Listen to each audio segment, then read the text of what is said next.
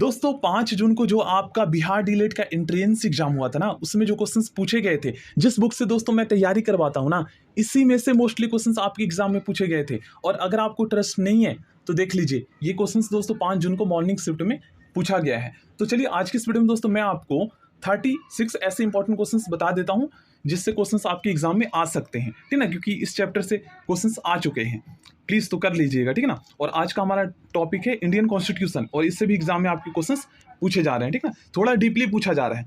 देखिए first question में पूछा गया संविधान सभा का गठन किसके सिफारिश पर किया गया था, तो कैबिनेट मिशन के सिफारिश पर किया गया था। अब दोस्तों संविधान सभा क्या है, तो जिन्होंने संविधान का निर्माण किया था उसी को हम संविधान सभा के नाम से जानते हैं, जिसमें भारत के मशहूर वकील थे, इसमें जज थे, मोतीलाल नेहरू थे, जवाहरलाल नेहरू थे, राजेंद्र प्रसाद थे, डॉक्टर भीमराव जी अम्बेडकर थे, ठीक ना। कैबिनेट मिशन भारत कब आया था, दोस्तों कैबिनेट मिशन भारत 24 मार्च 1946 को आया था। भारतीय संविधान की प्रस्तावना किस देश के संविधान से लिया गया है, सही आंसर होगा यूएस से, अमेरिका के संविधान से।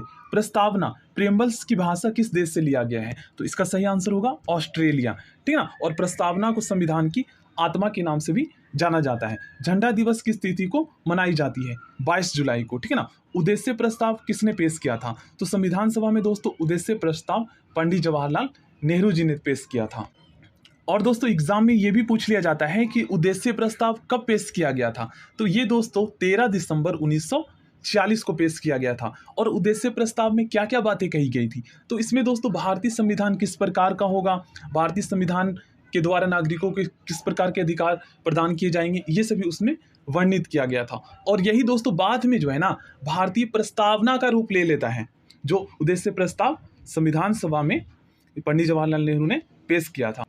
संविधान सभा की प्रथम बैठक कब की गई, दोस्तों संविधान सभा की प्रथम बैठक 9 दिसंबर 1946 को हुई थी। और इसी दिन दोस्तों भारतीय संविधान सभा के प्रथम अस्थायी अध्यक्ष को नियुक्त किया गया था, ठीक है ना, सच्चिदानंद सिन्हा को। और दूसरी बैठक दोस्तों संविधान सभा की 11 दिसंबर 1946 को हुई थी। और इस दिन दोस्तों संविधान सभा के अस्थायी अध्यक्ष नियुक्त किया गया था, किसे, डॉक्टर राजेंद्र प्रसाद जी को, ठीक ना। और ये बाद में जाकर भारत के राष्ट्रपति बनते हैं, प्रथम राष्ट्रपति। संविधान दिवस किस तिथि को मनाई जाती है, 26 नवंबर को, ठीक है, ये तो आपको पता ही है। मूल संविधान किस भाषा में लिखी गई थी, तो ये दोस्तों अंग्रेजी भाषा में लिखी गई थी, ठीक ना। क्वेश्चन नंबर 10, संविधान सभा का प्रारूप किसने तैयार किया था, BN राव ने, ठीक है। संविधान सभा का जो ड्राफ्ट है, जो स्ट्रक्चर है, ये VN राव ने तैयार किया था। संविधान सभा द्वारा भारतीय संविधान को कब अंगीकृत किया गया, अंगीकृत का मतलब स्वीकार किया गया, 26 नवंबर 1949 को। कैबिनेट मिशन के अध्यक्ष कौन थे, दोस्तों कैबिनेट मिशन के अध्यक्ष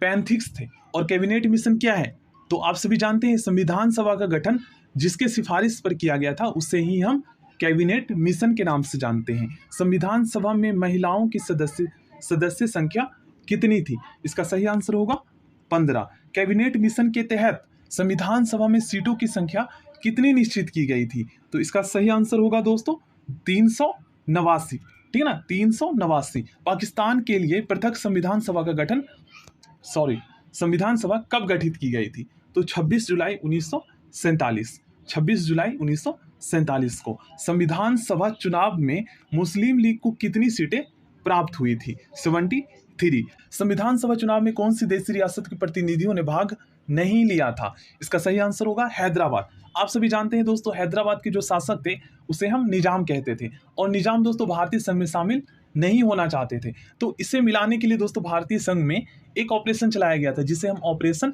पोलो के नाम से जानते हैं, याद कर लीजिएगा। संविधान सभा का गठन कब किया गया था, तो जुलाई 1946 में। झंडा समिति के अध्यक्ष कौन थे, दोस्तों झंडा समिति के अध्यक्ष भारत के प्रथम राष्ट्रपति डॉक्टर राजेंद्र प्रसाद जी थे, ठीक ना। इसका सही आंसर ऑप्शन बी होगा। संविधान सभा की प्रथम बैठक में कितने सदस्यों ने भाग लिया था, तो संविधान सभा की प्रथम बैठक में दोस्तों 207 सदस्यों ने भाग लिया था। संविधान सभा के अस्थायी अध्यक्ष किसे चुना गया था, तो आप सभी जानते हैं 9 दिसंबर 1946 को जब संविधान सभा की पहली बैठक हुई थी, तो इसी दिन दोस्तों सच्चिदानंद सिन्हा जी को अस्थायी अध्यक्ष नियुक्त किया गया था। और 11 दिसंबर 1946 को डॉक्टर राजेंद्र प्रसाद जी को। संविधान सभा के संवैधानिक सलाहकार कौन थे, most important question, VN Rao ji थे। है ना। ऑप्शन सी इसका सही आंसर होगा। संविधान सभा के स्थायी अध्यक्ष किसे चुना गया था? तो डॉक्टर राजेंद्र प्रसाद जी को 11 दिसंबर 1946। संविधान सभा में डॉक्टर भीमराव अंबेडकर पहली बार किस क्षेत्र से निर्वाचित हुए थे? तो इसका सही आंसर होगा पूर्वी बंगाल। संविधान सभा में कांग्रेस के कुल कितने सदस्य चुने गए थे? तो इसका सही आंसर होगा दोस्तों 208। यहां पर आप लोग देख सकते हैं, देखिए, ठीक ना। Doctor VR. अंबेडकर जी ने भारतीय संविधान की आत्मा और हृदय की संज्ञा किसे कहा है? तो यहां पर इसका सही आंसर होगा दोस्तों संवैधानिक उपचारों के अधिकार को, राइट टू कॉन्स्टिट्यूशनल रिमेडीज। अब दोस्तों यहां पर जो है ना, मोस्टली स्टूडेंट 5 जून को जो आपका एग्जाम हुआ था फर्स्ट मॉर्निंग शिफ्ट में, उसमें कंफ्यूज होकर आए थे। वो तो याद करके गए थे कि संविधान की आत्मा जो है ना, ये प्रस्तावना को कहा जाता है, लेकिन यहाँ पर डॉक्टर वी.आर. अंबेडकर जी ने फिर क्या कह दिया?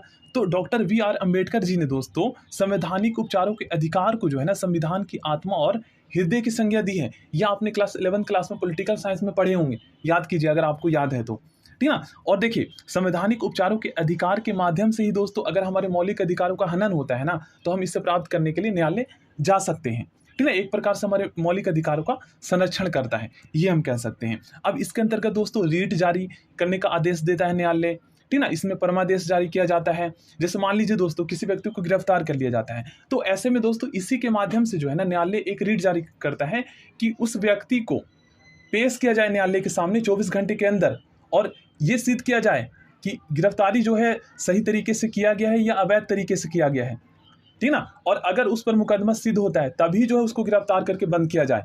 ये नहीं कि किसी को भी बिना मुकदमा किए जो है आप मतलब अपनी मर्जी से किसी को भी आप गिरफ्तार कर लेंगे। यही हमारे मौलिक अधिकार के अंतर्गत संवैधानिक उपचारों का अधिकार कहता है, ठीक ना। इसीलिए कहा है डॉक्टर वी.आर. अंबेडकर जी ने। तो संपूर्ण संविधान 26 जनवरी 1950 को लागू हुआ था। और दोस्तों संविधान सभा के द्वारा भारतीय संविधान को कब एडॉप्ट किया गया, स्वीकार किया गया? तो 26 नवंबर 1949 को। भारतीय संविधान को तैयार करने के लिए दोस्तों कुल 13 समितियां गठित की गई थी। प्रारूप समिति के अध्यक्ष आप सभी जानते हैं डॉक्टर वी.आर. अंबेडकर जी, ठीक है ना। प्रारूप समिति में कुल कितने सदस्य थे? 7 सदस्य थे, ठीक। भारतीय संविधान की आत्मा कहलाता है प्रस्तावना, ठीक है ना। तो अंतर आपको पता होना चाहिए। संविधान के हृदय और आत्मा की संज्ञा डॉक्टर वी.आर. अंबेडकर जी ने संवैधानिक उपचारों के अधिकार को दिया था, ठीक है ना। और संविधान की आत्मा प्रस्तावना को कहा जाता है। प्रस्तावना में पहली बार संशोधन कब किया गया था? तो ये संशोधन दोस्तों अमेंडमेंट 1976 को किया गया था। संविधान के प्रारूप पर कितने दिनों तक बहस हुई थी? मतलब संविधान का स्ट्रक्चर, ड्राफ्ट किस प्रकार का होना चाहिए, तो इस पर बहस दोस्तों लगभग 140 डेज तक चला था, ठीक ना। संविधान सभा के द्वारा राष्ट्रीय ध्वज को कब अपनाया गया? Most important question. तो इसका सही आंसर होगा दोस्तों ऑप्शन सी 22 जुलाई 1947 को। और इसीलिए दोस्तों हर साल जो है राष्ट्रीय ध्वज दिवस मनाया जाता है 22 जुलाई को, ठीक है ना। संविधान सभा के द्वारा राष्ट्रीय ध्वज को 22 जुलाई 1947 को अपनाया गया था। संविधान सभा द्वारा राष्ट्रगान को कब अपनाया गया? देखिए कितना मोस्ट इंपॉर्टेंट क्वेश्चन है। 24 जनवरी 1950 को। 24 जनवरी 1950 को। भारत का संविधान दोस्तों अंशतः कठोर और अंशतः लचीला है, ठीक ना। सो थैंक यू दोस्तों, आज के इस वीडियो में हम यहीं तक क्वेश्चंस करते हैं।